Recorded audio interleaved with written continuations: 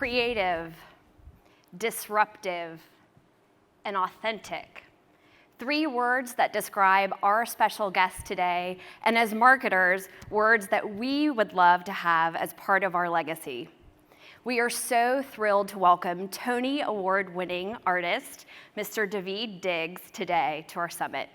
I'm Rachel Hocevar, so thrilled to meet you, Head of Client Success at Bazaarvoice, and welcome to the Bazaarvoice Summit. Many of you know Daveed from his starring role in Hamilton, where he performed as both Lafayette and Thomas Jefferson. As I said earlier, he won a Tony Award for his performance, and the show was nominated for 16 total Tony Awards, winning in 11 categories. Any Ham fans in the audience? Awesome, great. Daveed is a hip-hop artist and creative musician in his own right, and is currently the MC of the LA-based hip-hop group Clipping. They're in the midst of an international tour, and we are so lucky to have him today. Please join me in a very warm welcome for Mr. Daveed Diggs.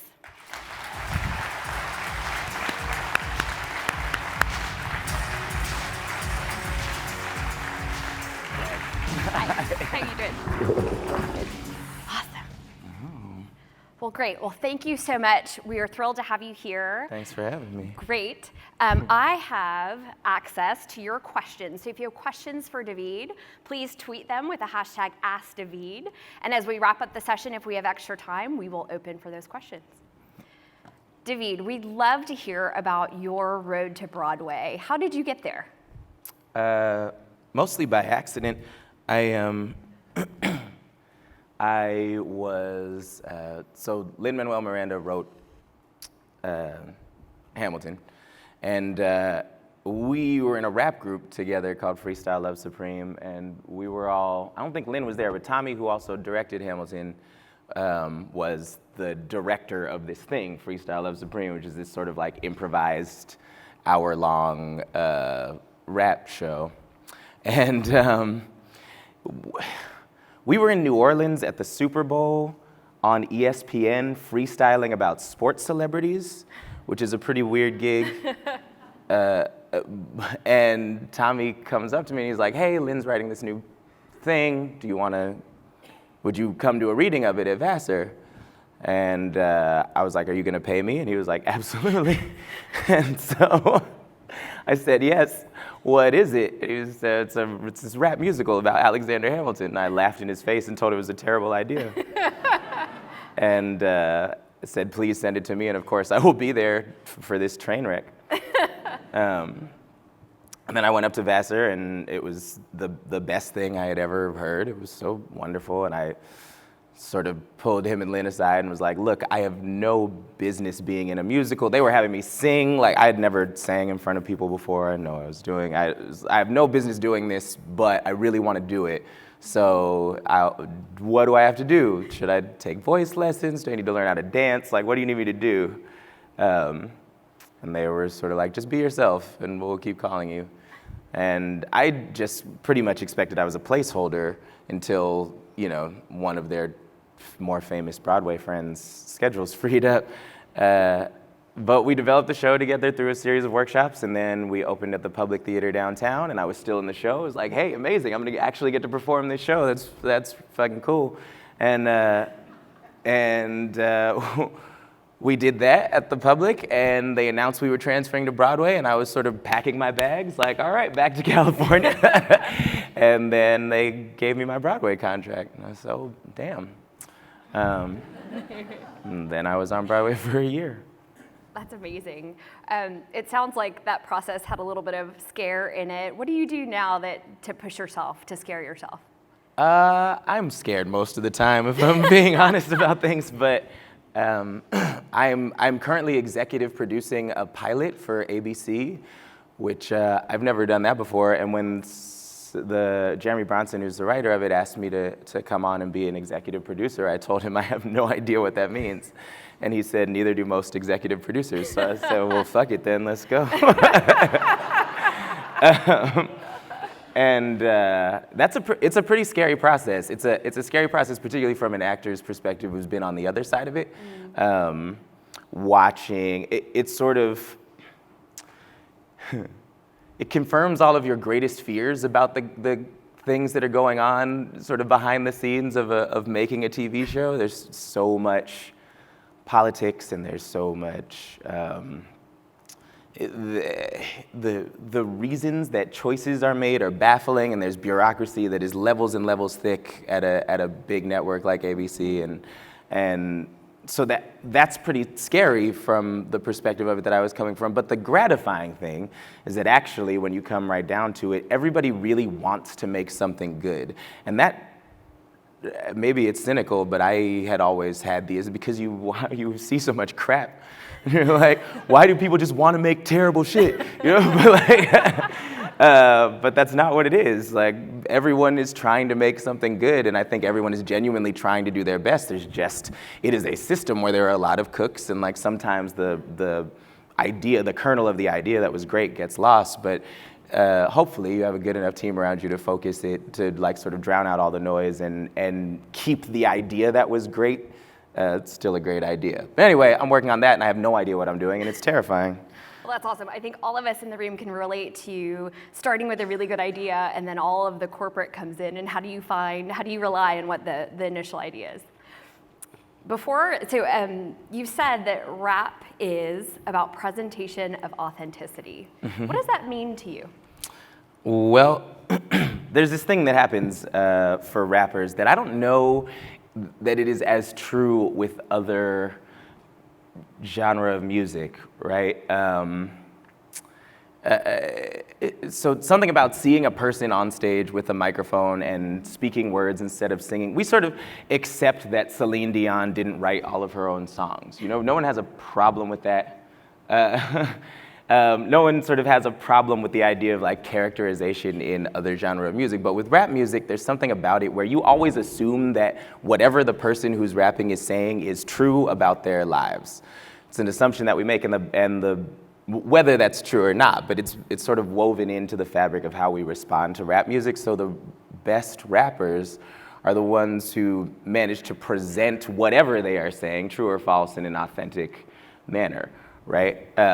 And I think the world's getting more and more open about sort of understanding that there are elements of character and there are elements of theater at play in rap as well. But you know, you still see it. Whatever that was, a handful of years ago when all of those pictures surfaced about Rick Ross being a prison guard.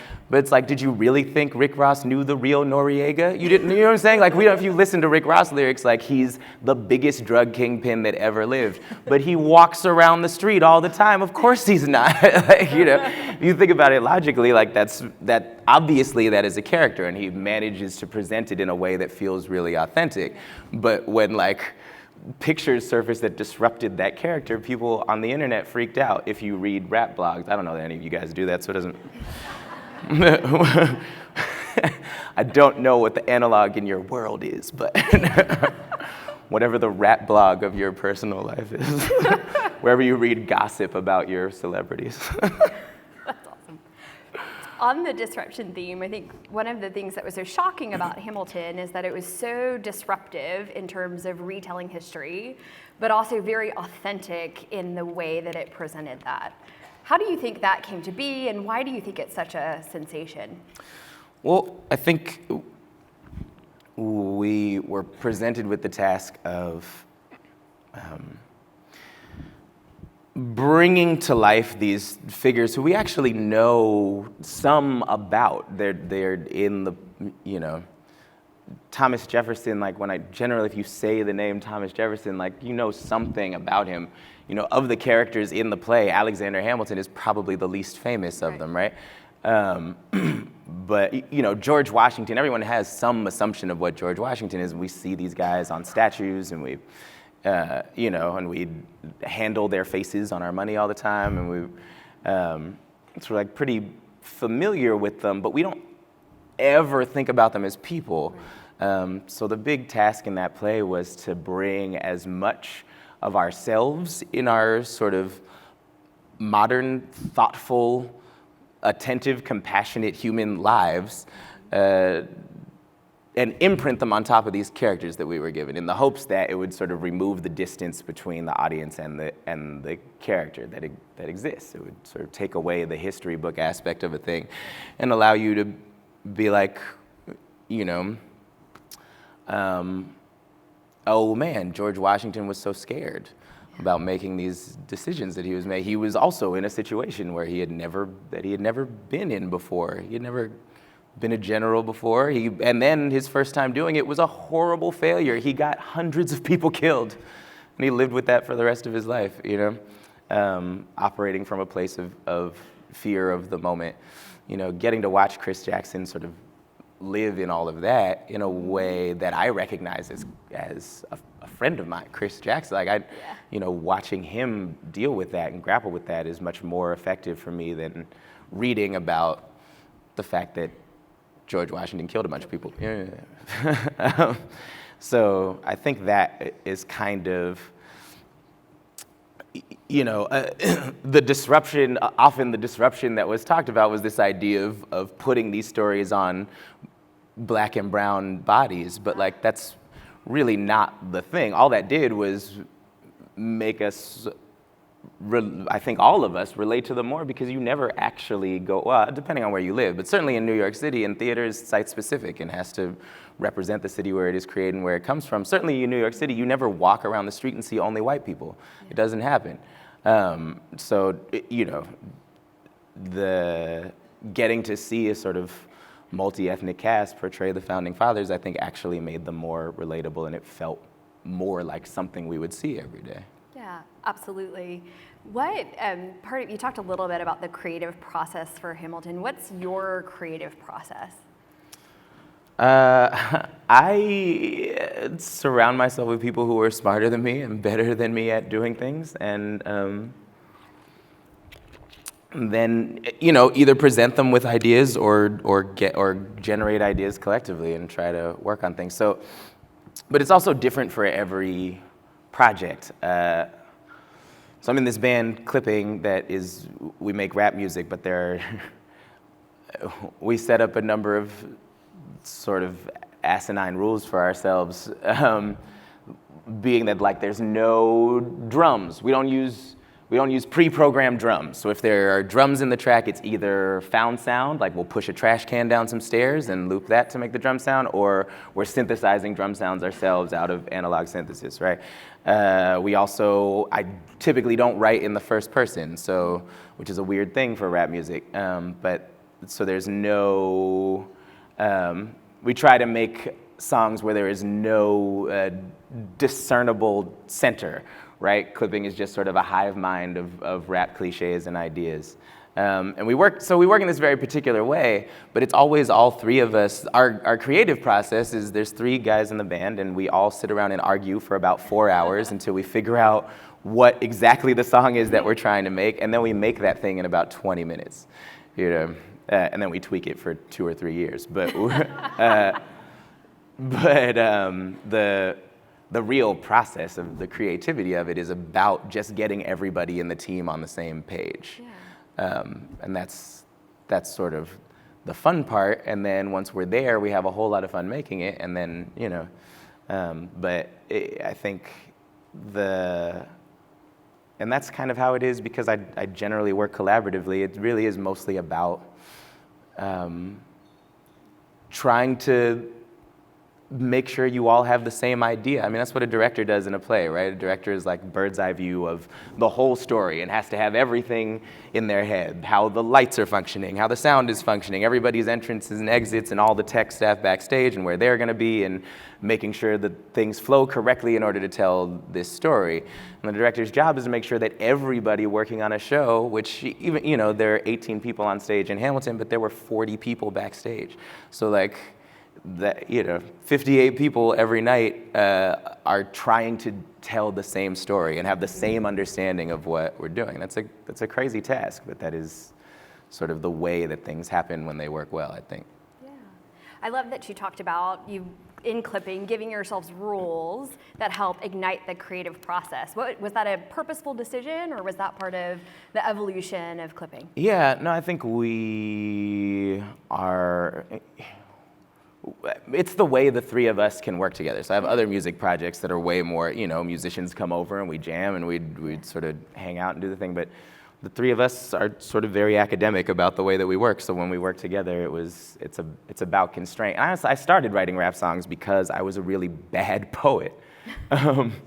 And when somebody asked me to, a guy, we were 16 or 15 or something, and a guy who I knew started making beats, and he didn't know any rappers, and he asked me if I would rap on this song. I said, I bet I could do that, and I tried it, and all of a sudden the constraint of meter and of time actually allowed me to say so much more. Yeah. So I've always been a person who works sort of well within constraints. I like rules because, then you get to it means so much more when you break them, right? That's great.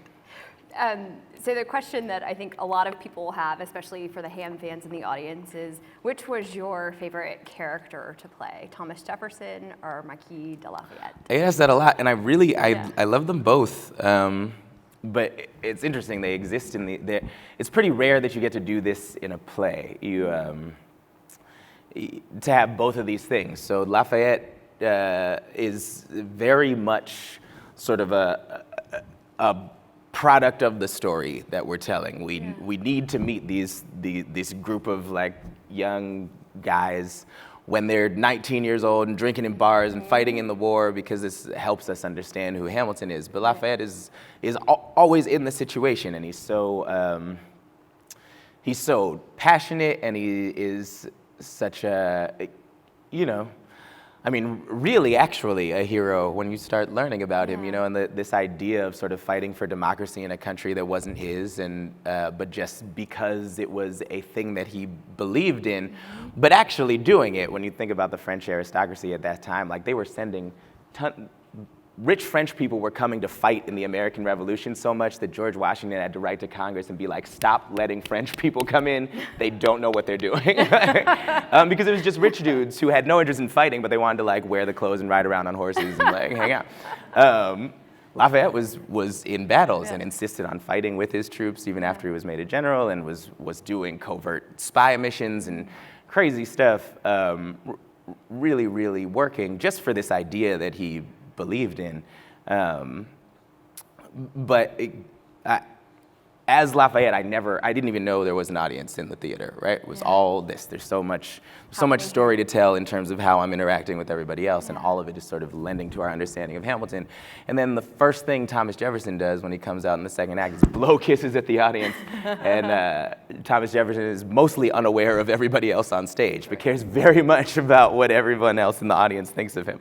So to get to have a very rigid fourth wall and then a very malleable fourth wall is not something that you often get to do in the same show. So I really appreciated the fact that I got to do both of those things. That's amazing. And that group worked very well ensemble. And part of what you do in clipping is working together in a group. Talk to us about that. Why is that a preference of yours, or where you gravitate? Well, I just think I'm not as good when I'm by myself, I mean, you have the limitations of your capabilities, right? So there was, when I first started making rap songs, I figured out how to hook a microphone up to a computer, and I kind of sort of figured out how to make beats, and I was in my mom's closet, and I was recording these songs. But I didn't know anything about how to mix a song, and I would read things, but technically I don't have that kind of technical expertise, really. When I linked up with people who did, all of a sudden that was a thing that I could trust somebody else with. I didn't have to worry about that. It always sounded better than what I could do by myself, and it left me more time to do the things that I was good at. So that's kind of the hype of it for me, is working with people who complement your skill set and can free you up to do the things that you enjoy and that you are actually good at. So in clipping, I am just a rapper, which is pretty rare for a rapper. You always have to end up doing other things. I'm not really good at other things. I'm very good at rapping, though. So world record holder. So well, that is a fake record because what are the other rap songs on Broadway? Ah. Yeah, I'm the fastest rapper on Broadway. That doesn't mean anything. Literally means Challenge zero. sent. It was when there were like 20 other rap shows on Broadway, then I can be you'll the fastest claim rapper. But it allows me to just really focus. And we talk and discuss about everything, and we're all involved in all of the process. But when it comes down to the nuts and bolts of what I am doing, I am writing and performing raps, and that's amazing that we get to put projects out where that's all I had to do on it, But they're the things I'm sort of the most proud of. Got it. Talk to us a little bit, I've been interested to learn more about Bars Medley and what how that's evolving, and this sort of collision of a different way to present information. Talk to us a little bit about that project and how it's going. So Bars is this idea that came out of a good friend of mine, Rafael Casal, another sort of lifelong collaborator, and he. So the backstory of this is, when I went to the public to do Hamilton, I told I was living in LA, and I told Clipping and all of my other collaborators, all my friends, like, I'll be gone for like 4 months, then I'll be back, And then it turned into 2 years. So about 6 months into it, Rafael, who we collaborate on a lot of things, we're writing screenplays together, and he's like, you don't return texts, and you're terrible at email, so I'm moving to New York. I was like, because we can't get shit done otherwise. So I was like, you don't have to do that. That's a crazy thing to do, but also please come to New York. And so he came to New York, and while we were out there, so Hamilton goes to Broadway, and then they start holding auditions for touring companies and for replacement Broadway folks, and open auditions are going out. We're getting calls from all of our friends being like, hey, I'm going in for Hamilton in a couple days. Do you think you could teach me how to rap? Which, when you think about it, is a really mind-boggling thing. Because a lot of these are like really accomplished like Broadway performers, And we kept being like, well, that's not a thing, actually. That's not. No rapping 101. Yeah, I mean, there are certainly like teachable skills, but that's not how you learn how to rap. Right. You learn how to rap in a community of artists who like use rap as one of the ways that they speak to each other. And but since there was sort of a demand for this thing, and there also all of a sudden is another demand for rappers who can act and who can sing and who maybe haven't done that before. So we just figured we would create a space for people who are hip hop practitioners, and people who are theater practitioners, and people who do both, and the whole spectrum of stuff in between, to come hang out and make things. And so we designed this workshop that is about, it's sort of a bunch of weeks of kind of skill building in all of the worlds that are relevant, and then a series of master classes with people like Black Thought from the Roots came in, or like Camilla Forbes, who works at the Kennedy Center but was also the director of the Hip Hop Theater Festival for a long time, or Mark Bamuthi Joseph, who runs the Yerba Buena Center for the Arts in San Francisco, but is also an incredible dancer and rapper and creates a lot of pieces using verse to sort of come in and speak and teach these classes. And then at the end, the students develop something, a bunch of short pieces in groups. And so the first year they adapted films into song. They took like famous scenes from films and reimagined them as hip hop pieces. And the second cohort did works of literature, and we're just in the process of developing the third one. And now we're housed at the Public Theater.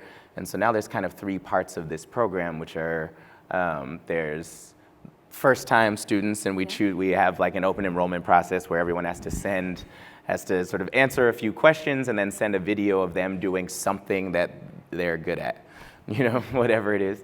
And then, so there's the new students who will be doing that process. There are returning students who will be helping to teach that, but then also creating their own kind of longer form pieces. And then the public is interesting in selecting a couple of those pieces to be like produced works in there, to start backing in order to include in a season at some point. So we're really excited to have this partnership with, a theater that we've been in love with forever and who does kind of incredible things. And you know, Oscar Eustace, who's the artistic director there, is excited to have this sort of pipeline back to one of the missions of the public always was sort of bringing theater into the popular culture in a way that was not elite at all. And so Oscar is pretty excited about partnering with us to bring back, you know, to keep expanding the program and make it involve more and more people, and just because it's a way to keep people in the theater and interested in what theater is doing, but in a language that is one that maybe people speak better outside of the theater than they speak inside of it. Right? Absolutely, while still staying authentic too. Right. So you had an amazing run on Hamilton. When do you know when it's time to move on from a project? When do you know when it's time to do something next? That's a scary thing for an artist, I think. Yeah. But you know when you're sick of doing something. And as for me with Hamilton, like I had just said it all. It finally, and it took a long time. And look, the thing about doing that show is no matter how little I wanted to go to the theater that day, which often was very little. It's grueling, right? It's 8 shows a week for 2 years. Theater, there were days where I'm getting on the subway and there is nothing I can think of nothing I want to do less than go to this theater. But as soon as the lights go up for 2 hours and 40 minutes, I had more fun than I'd ever had in my life. Yeah. And then the lights would go down, and I hate this, and I never want to do it again. I mean, go drink at the bar. But like while I was doing it, it was still amazing. I really wanted to leave it like that. I also I was out of new ideas. You know, you try to make it fresh every day, and that is your job as an actor. And it had finally started to get to the point where I felt like I was repeating myself. And so I knew it was time to move on, but I had never had any money before.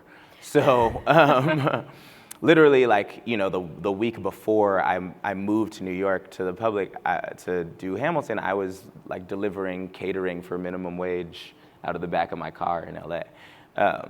So like this crazy thing. And then, you know, you work at the public for off-Broadway theaters, $400 a week in New York. It's nothing, you know, they say you can't.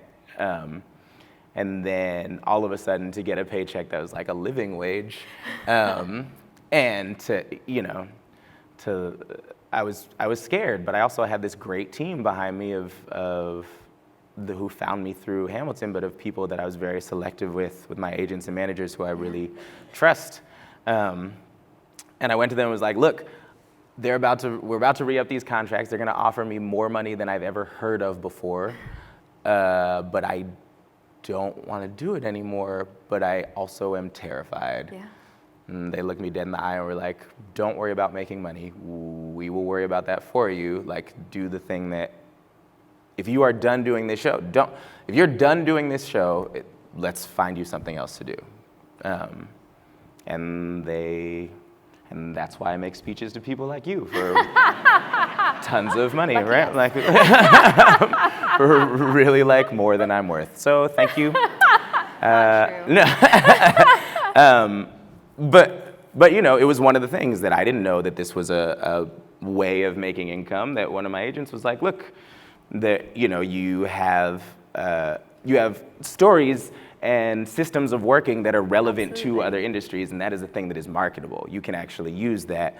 And we, in fact, at WME have a whole department that like can, you know, help you use that. So like, even when you're not working on a project, we can find ways that you can make money. Fortunately, I have not stopped working on projects also, so that's been really great, and I've been able to be really artistically fulfilled as well. Not that this isn't super fulfilling, guys. It is. I've definitely, you know, artists love talking about themselves, so this is great. But you know, so I've been fortunate that I get to do work, but it's also, you know, there's a sense also that is fleeting. You know that, you know, these things do not last forever, and there's like a bunch of Hamilton fairy dust on me right now, but it will wear off, and hopefully I'll do something else that is relevant to people, but if not, hopefully I will at least keep getting the opportunities to make things that I love and make a living doing that, because that's all I really care about. You know? Well, if it's any solace, your core fan base of 13-year-old girls will grow up, so hopefully they'll grow up with you. That is, get them young. You can use that, all your market research, right? Get 'em young. Jewels of knowledge. Get them young. Well, most people in the room here today travel to our summit to be inspired, to be with their peers, to learn more. What do you do to get inspired? I consume other art and other ideas, and I travel too. I like to go away to new places when I can. But yeah, I think I get most of my inspiration from just being around other people who are doing great, or watching other great things. You know, I got invited to perform at the All-Star Game with the Roots this year, and that was a crazy inspirational moment. A, because I'm working with the Roots and watching how they throw something totally massive together at the last minute, which was incredibly inspiring. And then I'm also watching basketball players, the best basketball players in the league, perform in a game where the stakes are none except don't get hurt, right? So they're just having the best time and doing totally superhuman things while they sort of tell jokes to each other and play to the crowd. And so, you know, I think getting to be around people who are the best at what they do is kind of the most inspirational thing to me. Awesome, that's amazing. Well, we do have time for a few audience questions, so I'm gonna go to my Alden has sent me some things. Your favorite rap blog, that was a question that popped up. Oh, man. So apparently there is more interest than you thought. Fizzler on the Roof is the name of my favorite rap blog. It's a Bay Area specific blog, but if you ever want to know what's happening with like rap music in the Bay Area, go to fizzlerontheroof.com.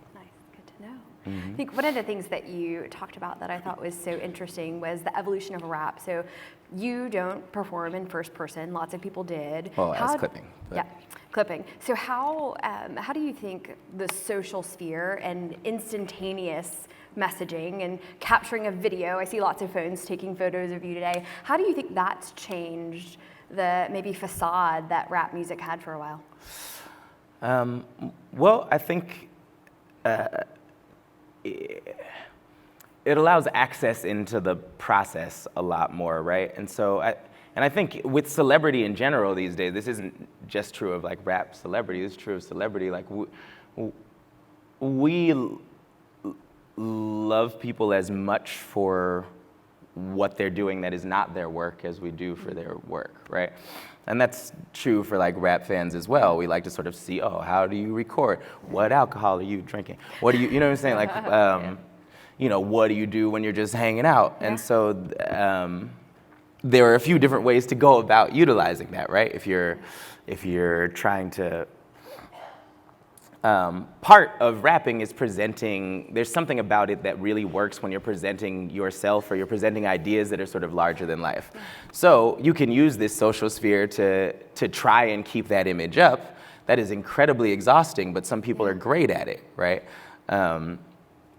And so you can make yourself out to be larger than life in your regular life, and then maybe you're just actualizing the thing. Maybe you're just living the things that you're talking about. Or you can take another approach, which is just sort of let people in as you feel comfortable with how totally pedestrian your life is, and then and understand that if your songs don't reflect that people are going to know about that, and maybe that's part of the process. Maybe there's something exciting about hearing a rap performance that's incredibly virtuosic come out of somebody that you know eats the same Apple Jacks you do for breakfast, you know, or whatever. Which I think a lot of folks in the room here today will relate as influencer marketing, so that's a question that came up. How do you feel about influencer marketing? So brands trying to organically join into an authentic conversation. Yeah, I mean, I think there's just, it has to be done carefully because, well, so here's the story of a thing that's been happening with me recently is like I was offered, there were discussions to like give me free rent in New York at this like sort of luxury apartment in exchange for some sort of like media content for for the apartment building, which is trying to become like sort of a hub in Midtown and all kinds of stuff. And so we were trying to figure out what that looks like. And what they initially approached me with was like a certain number of tweets per month or a certain number of Instagram posts per month of just like me sort of doing regular life shit in and around the building and like hashtagging about the building. But I like, look, I have 300,000 something whatever followers on Instagram, and none of them will believe that I do that because I've never done that. Like I literally, it's like pulling teeth to get me to Instagram anything that's not me at a show, or like, please come see this thing I'm doing, right? If it's not promotional, like I generally don't do it. And when I do, it's just pretty rare. And so, you know, what we were pitching back to them is like, look, let me throw events in the space, and then it makes sense that I'm discussing the space, and then that is something that feels organic. That is a thing I would actually do. And so there's a way that can be useful for both of us. I don't think they're going for it. And and I don't care, I'm never in my apartment in New York anyway. It doesn't really like matter to me. It was just like, oh shit, free rent. You don't say no to free rent, right? But in actuality, it's not free, because like I can do brand partnerships for that amount of tweets for actually way more money than my rent was gonna be. So like it's not about the money. At a certain point, it's about like creating relationships with brands that are doing interesting things and that you'd care about. And some of the things that they were trying to do in order to sort of fight gentrification in Midtown are really interesting to me. And so there was that was the exciting part of the relationship. It's not really the monetary relationship. So I think especially when you're partnering with artists, you want to partner with people who can, you know, who actively believe in your product and are not going to just do it for the paycheck, because that reeks of inauthenticity too. And especially if you're gonna partner with rappers, like no one's gonna go for it. Like rap is sort of, we live and die by our authenticity. So like we, you know, whatever that means. Even if it's the performance of authenticity, that's all we got. So like, you know, compromising that is not something that anyone will take lightly. And it's also just not the way that people wanna interact with their, with the artists who they like. Awesome. So our last question for today, what is the one project, if you could do anything tomorrow, that you would want to do? Good question, whoever tweeted that. That is a good question. I mean, I think if I could do anything tomorrow, I think I'd just like to sort of, or start working on anything tomorrow. I think it'd be like, you know, getting together like my favorite collaborators and like working on something real small to be like performed a handful of times in a small like black box space with sort of no frills, and just get the people together who I love to create with and make a show, whatever it is, a rap show or a thing. I mean, that's the stuff that I love to do, is sort of the creation of a thing. And to do it, and kind of the most fun way to do it is in a way where the stakes are relatively low, where you're just doing it because it's a thing that you love that you think you should put out there. So that's amazing. Well, I think despite what you think, extremely relevant to the folks in the room. So appreciate you being here. Everyone, please give us a warm thank you to Mr. DeVito. Thanks, guys. Shall we? You want it? Oh. Shall we? It's my Hamilton curtsy.